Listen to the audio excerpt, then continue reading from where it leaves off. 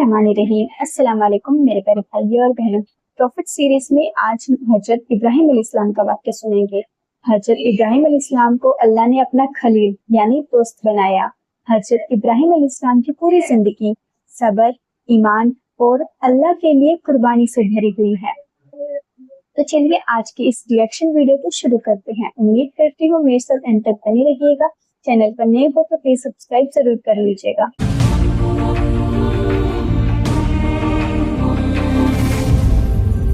इब्राहीम अलैहिस्सलाम इराक के मशहूर शहर बाबिल में पैदा हुए। इब्राहीम अलैहिस्सलाम के बाप बुतों को तराश कर बेचते थे और खुद भी बुतों की इबादत करते थे। इब्राहीम अलैहिस्सलाम ने अपने बाप और अपनी कौम से फरमाया, तुम किसकी इबादत करते हो? वो कहने लगे, बुतों की। इब्राहीम अलैहिस्सलाम ने फरमाया, जब तुम बुतों को पुकारते हो तो क्या वो सुनते भी हैं या वो तुम्हें कोई नफा और नुकसान भी पहुंचा सकते हैं? तो लोगों ने कहा, ये हम कुछ नहीं जानते, हमने तो अपने बाप दादाओं को इसी तरह करते पाया है। अल्लाह ने इब्राहीम अलैहिस्सलाम को कम उम्र में ही हिदायत दे दी थी, इसलिए इब्राहीम अलैहिस्सलाम ने कभी एक लम्हे के लिए भी बुतों की इबादत नहीं की थी। इब्राहीम अलैहिस्सलाम ने अपने बाप को समझाने की बहुत कोशिश करी और फरमाया, अब्बा, मुझे ऐसा इल्म मिला है जो आपको नहीं मिला, इसलिए मेरे साथ हो जाइए, मैं आपको सीधा रास्ता दिखाऊंगा। अब्बा, शैतान की इबादत ना कीजिए, बेशक शैतान अल्लाह का नाफरमान है। अब्बा, मुझे डर लगता है कि आपको अल्लाह का अजाब ना आ पकड़े, कि आप शैतान के साथी ना हो जाएं। उनके बाप ने जवाब दिया, ए इब्राहीम, क्या तू मेरे माबूदों से फिरा हुआ है? अगर तू बाज ना आया तो मैं तुझे संसार कर दूंगा। तू मुझसे दूर चला जा और कभी नजर ना आए। इब्राहीम अलैहिस्सलाम ने अपने बाप से फरमाया, आप पर सलामती हो, मैं अपने रब से आपके लिए बख्शिश तलब करता रहूंगा। वालिद के सख्त जवाब के बाद इब्राहीम अलैहिस्सलाम ने उनसे अलैदगी इख्तियार कर ली। इब्राहीम अलैहिस्सलाम बुत परस्ती से सख्त चिढ़ते थे। ईद के दिन उनकी कौम के लोग खाना पकाकर माबूदों के सामने रखते थे, फिर शहर के बाहर एक मैदान में जमा होते, वहाँ खेलते कूदते और खुशियाँ मनाते। शाम को घरों की तरफ आते, सुबह बुतों के पास जो खाना रख गए थे उसको उठाते और तबर्रुक समझकर खा जाते। इस दफा जब ईद का दिन आया तो सब तैयार हो गए, पर इब्राहीम अलैहिस्सलाम तैयार नहीं हुए। वो लोग जाने से पहले इब्राहीम अलैहिस्सलाम के पास आए और पूछा, क्या आप हमारे साथ नहीं जाएंगे? इब्राहीम अलैहिस्सलाम ने आसमान की तरफ निगाह की और फरमाया, मैं बीमार हूँ। वो लोग इब्राहीम अलैहिस्सलाम को छोड़कर चले गए। फिर इब्राहीम अलैहिस्सलाम उन बुतों के पास गए, देखा कि उनके सामने खाना पड़ा है और उन बुतों ने उस खाने को छुआ तक ना था। इब्राहीम अलैहिस्सलाम ने उन्हें मुखातिब करके कहा, ये इतना खाना तुम्हारे सामने पड़ा है, तुम इसको खाते क्यों नहीं? तुम्हें क्या हो गया है कि बात तक नहीं करते? फिर पूरी ताकत से कुल्हाड़ा मारकर उनके टुकड़े टुकड़े कर दिए, लेकिन बड़े बुत को छोड़ दिया। तमाम छोटे बुतों को तोड़कर कुल्हाड़ा उस बड़े बुत के कंधे पर रख दिया। लोग जब वापस लौटे तो हैरान रह गए कि ये कैसे हो गया। कौम के लोगों ने मशवरा किया कि सबको जमा करो और इब्राहीम को बुलाओ और उसे सजा दो। सब जमा हो गए और इब्राहीम अलैहिस्सलाम से बोला गया, ए इब्राहीम, हमारे बुतों के साथ ये हरकत तुमने की है? इब्राहीम अलैहिस्सलाम ने जवाब दिया, ये काम तो इस बड़े बुत का है, मुझसे क्यों पूछते हो? तुम अपने माबूदों से क्यों नहीं पूछ लेते कि उनके टुकड़े टुकड़े किसने उड़ाए हैं? इब्राहीम अलैहिस्सलाम की ये बात सुनकर वो सब सोच में पड़ गए। फिर कहा, ए इब्राहीम, क्या तुम्हें इल्म नहीं कि ये बोल नहीं सकते? अब इब्राहीम अलैहिस्सलाम ने फरमाया, तुम अल्लाह के सिवा उनकी इबादत क्यों करते हो जो तुम्हें कुछ भी नफा ना दे सकें और ना ही नुकसान पहुंचा सकें? ताज्जुब है तुम पर और उन पर भी जिनको तुम अल्लाह के सिवा पुकारते हो। तुम उनकी पूजा करते हो जिनको तुम खुद अपने हाथों से तराशते हो। क्या तुम में बिल्कुल अकल नहीं? लेकिन सब कुछ समझने के बाद भी वो लोग अपने कुफ्र पर डटे रहे और इब्राहीम अलैहिस्सलाम को सजा देने का फैसला कर लिया। फिर उन लोगों ने एक मैदान में कई दिन तक खूब सारी लकड़ियां जमा की और उसमें आग लगा दी। जब आग खूब भड़क उठी तो उन्होंने इब्राहीम अलैहिस्सलाम को रस्सियों से बांधकर उस आग में डाल दिया। उस वक्त इब्राहीम अलैहिस्सलाम ने ये दुआ पढ़ी, हस्बुनल्लाहु व निअमल वकील, मेरे लिए अल्लाह काफी है और वही बेहतरीन कारसाज है। अल्लाह ने आग से फरमाया, ए आग, इब्राहिम पर ठंडी हो जा और सलामती वाली हो जा। चुनाचे जब इब्राहिम अलैहिस्सलाम को आग में डाला गया तो वो ठंडी हो गई। आग भी अल्लाह के हुक्म के बगैर नहीं जला सकती, इसलिए क्योंकि ये भी अल्लाह की मखलूक है और इसकी कुदरत भी अल्लाह के पास है। इसलिए जब आग को अल्लाह की तरफ से ठंडा होने का हुक्म हुआ तो वो ठंडी हो गई। आग ने न इब्राहिम अलैहिस्सलाम के कपड़े जलाए और न जिस्म के किसी हिस्से को नुकसान पहुंचाया, सिर्फ वो रस्सियां जलाईं जिनसे आपको बांधा गया था। लोग आग के आसपास इब्राहिम अलैहिस्सलाम को जलता हुआ देखने के लिए खड़े थे, लेकिन वो ये देखकर हैरान रह गए कि इब्राहिम अलैहिस्सलाम बड़े नाज से आग के दरमियान बैठे हैं। लोग इस मौजज़े को देखकर हैरत ज़दा थे। फिर इब्राहिम अलैहिस्सलाम आग से निकले। इतना बड़ा मौजज़ा देखने के बाद भी लूत अलैहिस्सलाम के सिवा कोई ईमान नहीं लाया। पूरे बाबिल शहर के लोग कुफर ही पर डटे रहे।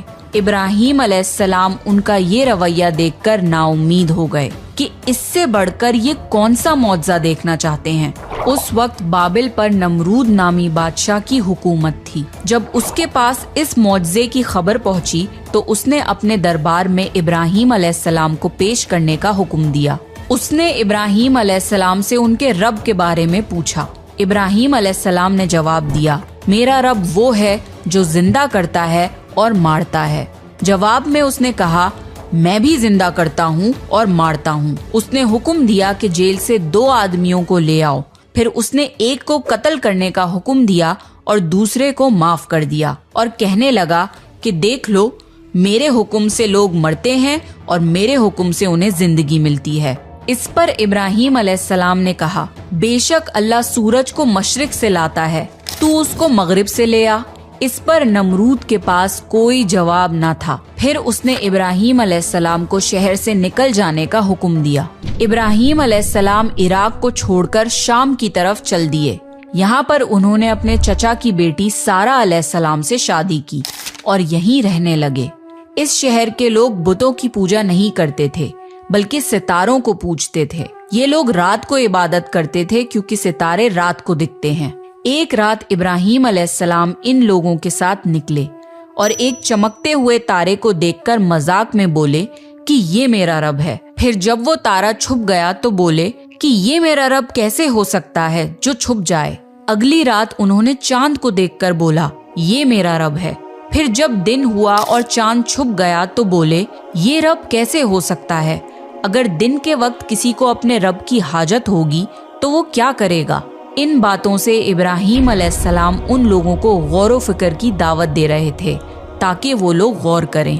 फिर जब दिन हुआ और सूरज निकला तो कहने लगे, ये मेरा रब है, ये तो सबसे बड़ा है। लेकिन जब वो भी गुरूब हो गया तो कहने लगे, ये भी रब कहलाने के लायक नहीं, ये सब तो मखलूक हैं और इनका खालिक कोई और है।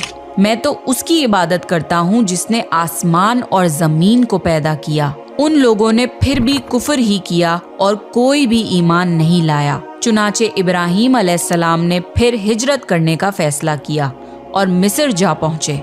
मिस्र के बादशाह को खबर मिली कि एक शख्स हिजरत करके आया है और उसके साथ एक औरत है जो बहुत हसीन और जमील है।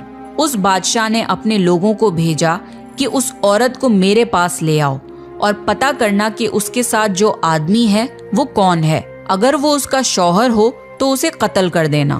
उधर बादशाह ने अपने लोगों को भेजा, इधर अल्लाह ने इब्राहिम अलैहिस्सलाम को वही भेज दी। इब्राहिम अलैहिस्सलाम ने सारा अलैहिस्सलाम से कहा, अगर वो तुमसे मेरे बारे में पूछें तो कह देना तुम मेरी बहन हो। फिर उन्होंने समझाया कि इस रूहे जमीन पे मेरे और तुम्हारे सिवा कोई ईमान वाला नहीं, इस लिहाज से तुम मेरी दीनी बहन हो। उस जालिम बादशाह ने सारा अलैहिस्सलाम को अपने महल में बुला लिया। जब उसने सारा अलैहिस्सलाम के साथ बदकारी करने के लिए अपने हाथ आगे बढ़ाए तो सारा अलैहिस्सलाम ने अल्लाह से दुआ की और दुआ की बरकत से उस बादशाह का हाथ जम गया। वो बुरी तरह चीखने लगा और उसके सारे मुलाजिम आ गए। ये देखकर सारा अलैहिस्सलाम डर गईं और सोचा कि अगर ये मर गया तो लोग ये सोचेंगे कि मैंने इसे कत्ल किया है। फिर उन्होंने उसे निजात देने के लिए अल्लाह से दुआ की और उस बादशाह का हाथ ठीक हो गया। پر اس نے پھر سے وہی حرکت کی، اس کا ہاتھ پھر جم گیا۔ ایسا 3 مرتبہ ہوا اور آخری بار اس نے سارہ علیہ السلام سے وعدہ کیا کہ اب کی بار اگر تو مجھے اس مصیبت سے نجات دلائے گی تو میں تجھے چھوڑ دوں گا۔ پھر سارہ علیہ السلام نے اللہ سے دعا کی اور وہ ٹھیک ہو گیا۔ پھر اس نے سارہ علیہ السلام کو عزت سے رہا کر دیا اور ان کی خدمت کے لیے اپنی بیٹی ہاجرہ کو ان کے ساتھ کر دیا۔ سارہ علیہ السلام جب واپس آئیں تو ابراہیم علیہ السلام نے فرمایا کہ اب ہم یہاں نہیں رہیں گے بلکہ واپس جائیں گے۔ پھر وہ لوگ واپس فلسطین چلے گئے۔ ابراہیم علیہ السلام کی عمر 86 سال کی ہو گئی پر ان کی کوئی اولاد نہ تھی، تو سارہ علیہ السلام نے سوچا میں بانجھ ہوں اور ابراہیم علیہ السلام کو اولاد کی تمنا ہے، تو کیوں نہ میں ہاجرہ علیہ السلام کا نکاح ابراہیم علیہ السلام سے کرا دوں۔ پھر ابراہیم علیہ السلام اور ہاجرہ علیہ السلام کا نکاح ہو گیا۔ اللہ نے ابراہیم علیہ السلام کی اولاد کی دعا قبول کری اور بیٹے اسماعیل علیہ السلام سے نوازا۔ پھر اللہ کا حکم ہوا کہ اپنی بیوی ہاجرہ علیہ السلام اور بیٹے اسماعیل علیہ السلام کو لے کے مکہ روانہ ہوں۔ اس وقت مکہ ایک بالکل بنجر جگہ تھی۔ یہاں پر ابراہیم علیہ السلام اپنی بیوی بچے کو چھوڑ کر جانے لگے تو ہاجرہ علیہ السلام کو بہت حیرانی ہوئی اور وہ اپنے شوہر سے پوچھنے لگی، اے ابراہیم، ہمیں کہاں چھوڑے جا رہے ہو؟ یہاں نہ پانی ہے، نہ خوراک، نہ کوئی انسان۔ ابراہیم علیہ السلام نے کوئی جواب نہیں دیا اور چلتے رہے۔ ہاجرہ علیہ السلام ان کے پیچھے چلتی رہیں اور سوال کرتی رہیں کہ ہمیں کس کے حوالے کر کے جا رہے ہو؟ یہ تو بالکل بے آباد جگہ ہے۔ ابراہیم علیہ السلام نے پھر بھی کوئی جواب نہیں دیا۔ آخر ہاجرہ علیہ السلام نے ان سے پوچھا، کیا آپ کو اللہ نے اس کام کا حکم دیا ہے؟ تو ابراہیم علیہ السلام نے فرمایا ہاں۔ تب سیدہ ہاجرہ مطمئن ہو گئیں اور بولی، اگر یہ بات ہے تو اللہ ہمیں بالکل ضائع نہیں ہونے دے گا۔ خوراک اور پانی چند دن میں ختم ہو گیا۔ پانی کا ایک بھی قطرہ نہ بچا۔ خوراک نہ ملنے کی وجہ سے ماں کا دودھ بھی خشک ہو گیا۔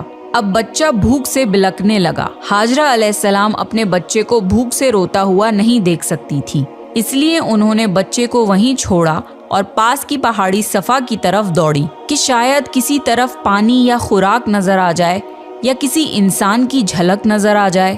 جب کچھ نظر نہ آیا تو نشیب کی طرف پہنچی، پر جب انہیں بچہ نظر آنا بند ہو گیا تو تیزی سے مروہ کی پہاڑی کی طرف دوڑی۔ وہاں بھی کچھ نظر نہ آیا۔ خیال آیا کہ پھر سے کوشش کرنی چاہیے۔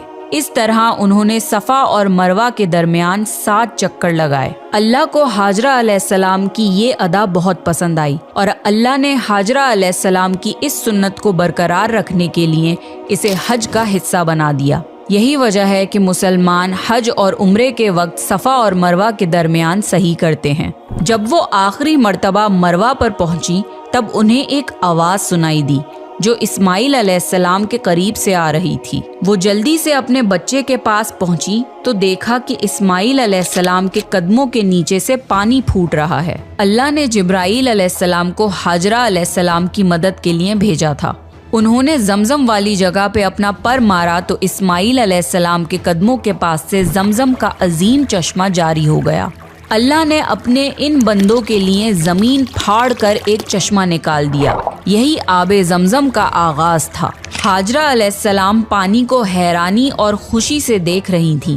جب انہوں نے دیکھا کہ پانی چاروں طرف بہہ رہا ہے تو انہوں نے زمین کو کھودنا شروع کر دیا تاکہ پانی ادھر ادھر نہ بہہ جائے۔ پھر انہوں نے اس گڑھے کے چاروں طرف پتھر رکھ دیے اور بولی زمزم یعنی رک جا۔ نبی صلی اللہ علیہ وسلم کا فرمان ہے، اللہ اسماعیل علیہ السلام کی والدہ پر رحم فرمائے، اگر وہ جلد بازی سے کام نہ لیتی تو زمزم ایک بہنے والا چشمہ ہوتا۔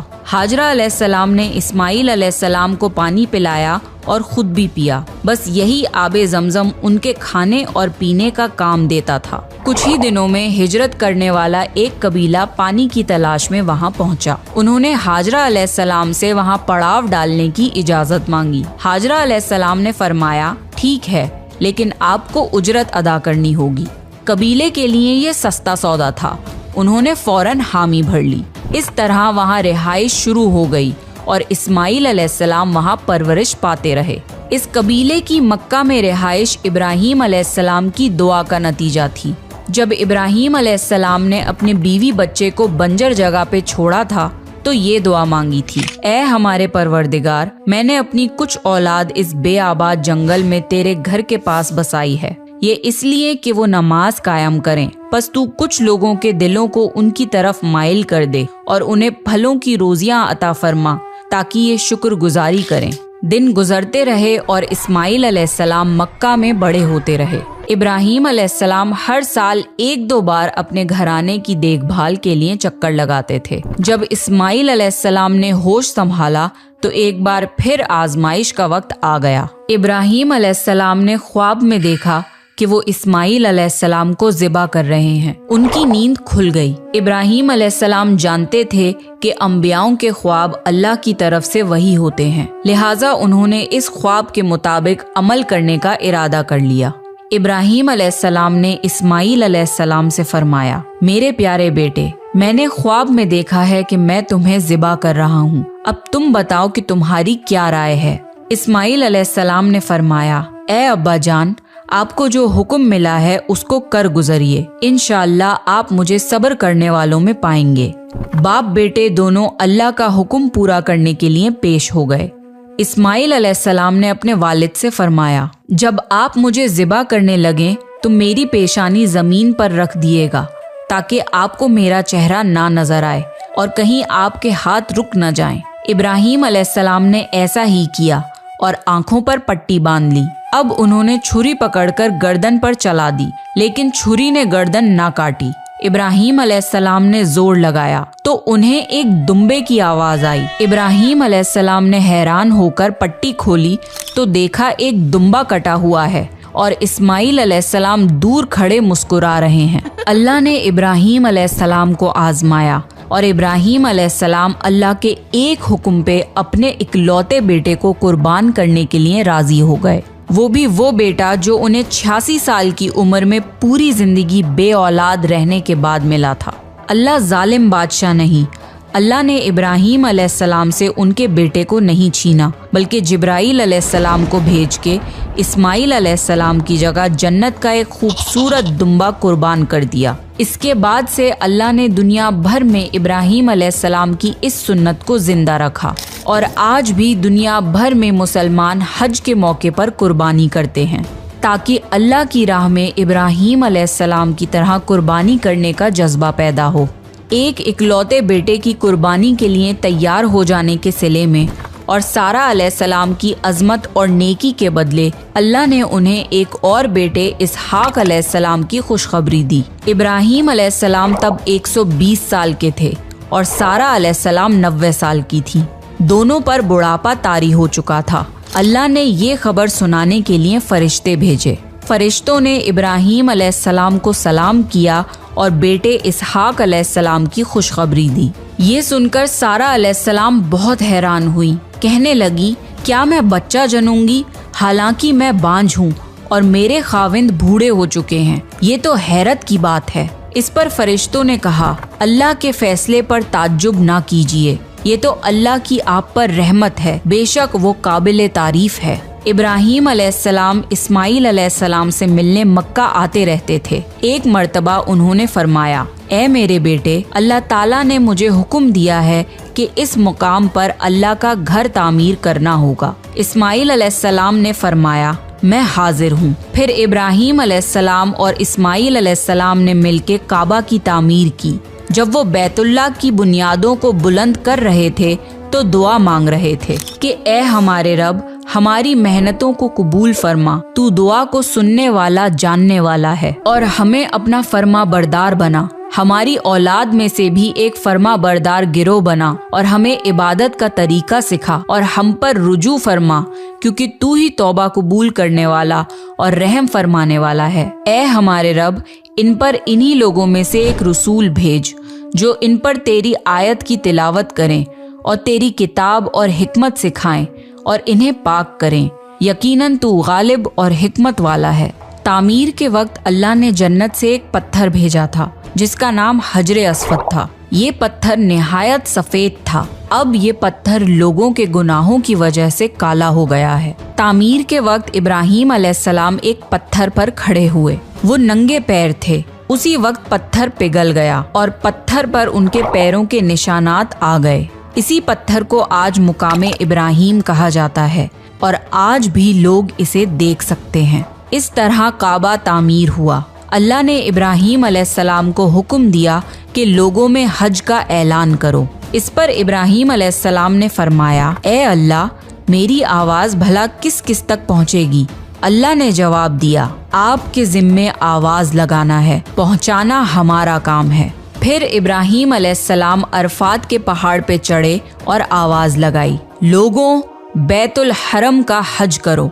इसकी बरकत से अल्लाह ने बैतुल हरम की मोहब्बत लोगों के दिलों में डाल दी, जिसकी वजह से आज तक हर कोई हज और उम्रा की ख्वाहिश रखता है और हजारों लोग हर साल बैतुल्लाह का हज करने के लिए आते हैं। इब्राहिम अलैहिस्सलाम ने 175 साल की उम्र में वफात पाई। इब्राहिम अलैहिस्सलाम पर बहुत आजमाइशें आईं, पर हर मामले में इब्राहिम अलैहिस्सलाम अल्लाह के वफादार रहे।